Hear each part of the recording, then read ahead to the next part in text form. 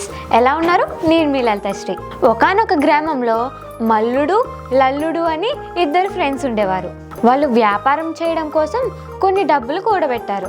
ఒకరోజు మల్లుడు లల్లుడితో, మిత్రమా, ఇంత డబ్బు ఉందని ఏ దొంగైనా పసిగట్టాడనుకో మన కష్టమంతా బూడిదలో పోసిన పన్నీర్ అవుతుంది. కనుక దీన్ని ఎక్కడైనా దాచిపెడదాం.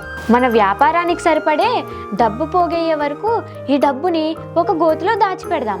మొత్తం పోగైన తర్వాత తీసుకుందాం అన్నాడు. ఆ సలహా నచ్చిన లల్లుడు సరే అన్నాడు. వాళ్ళిద్దరూ ఊరి చివరున్న పెద్ద మర్రి చెట్టు కింద గొయ్యి తవ్వి ఈ డబ్బుని ఒక సంచిలో ఉంచి దాచిపెట్టారు.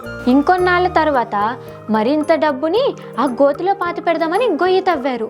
అందులో చూస్తే డబ్బు సంచి కనబడలేదు.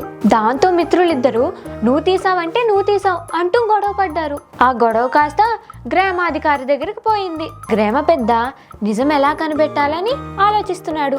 అప్పుడు ఆ మల్లుడు, నేనే గనక సత్యవంతుడినైతే ఆ చెట్టు నాకు సాక్ష్యం పలుకుతుంది అన్నాడు. ఆ మాటలకి ఆ అధికారి గ్రామస్తులు ఆశ్చర్యపోయారు.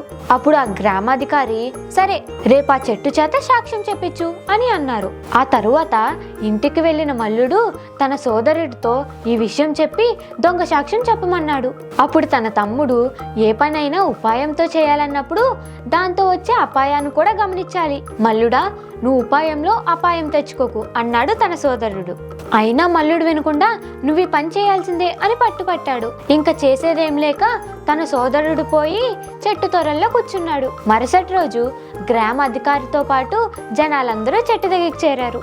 అప్పుడు ఆ అధికారి, ఓ మర్రి చెట్టు, వీళ్ళిద్దరిలో దొంగ ఎవరో చెప్పు అని అడిగాడు. అప్పుడు ఆ మర్రి చెట్టు, మిమ్మల్ని ఎవరైతే ఇక్కడికి తీసుకొచ్చారో వాడు సత్యవంతుడు, మిగిలిన వాడు దొంగతనం చేసినవాడు అని అంది. చెట్టు మాట్లాడడం ఏమిటా అని అధికారికి అనుమానం వచ్చింది. చెట్టు త్వర దగ్గరికి వెళ్ళి తన చేతిలోని కర్రతో దాన్ని పొడవసాగాడు. ఆ నొప్పులకు లోపలున్న ఒక వ్యక్తి బయటకు దూకాడు. వాడు మల్లుడి సోదరుడని అందరూ గుర్తించారు. నిజం చెప్పమని నిలదీశారు. అప్పుడు వాడు, అయ్యా, ఇందులో నా తప్పేమీ లేదు, ఇలా చెప్పమని మల్లుడే చెప్పాడు. బుద్ధి తక్కువై ఈ పని చేశాను, నన్ను క్షమించండి అని అన్నాడు. అప్పుడు గ్రామాధికారి మల్లుడికి గ్రామ బహిష్కరణ శిక్ష వేశాడు. మల్లుడింటి నుంచి సొమ్మును రప్పించి లల్లుడికి ఇచ్చాడు. మిత్రుణ్ణి మోసం చేసి ఎలాంటి శిక్ష అనుభవించాడో మల్లుడు, పరులకి హాని తలపెట్టాలనుకున్న వారికి తప్పకుండా ముప్పు కలుగుతుంది. మీ కథలు నా నోటి ద్వారా వినాలనుకుంటున్నారా? అయితే ఇక కనిపిస్తున్న మా మెయిల్ ఐడికి మీ కథ మెయిల్ చేయండి. మీ ఇంట్లో మీ చిన్నాళ్ళు చేసే చిలిపి చేష్టలు, చిలిపి మాటలు మా వీటీవీ కిడ్స్లో చూడాలనుకుంటున్నారా? అయితే ఆ వీడియో షూట్ చేసి ఇక కనిపిస్తున్న మా వాట్సాప్ నెంబర్కి వాట్సాప్ చేయండి. ఓకే, బాయ్ ఫ్రెండ్స్, మీ లలితశ్రీ సైనింగ్ ఆఫ్.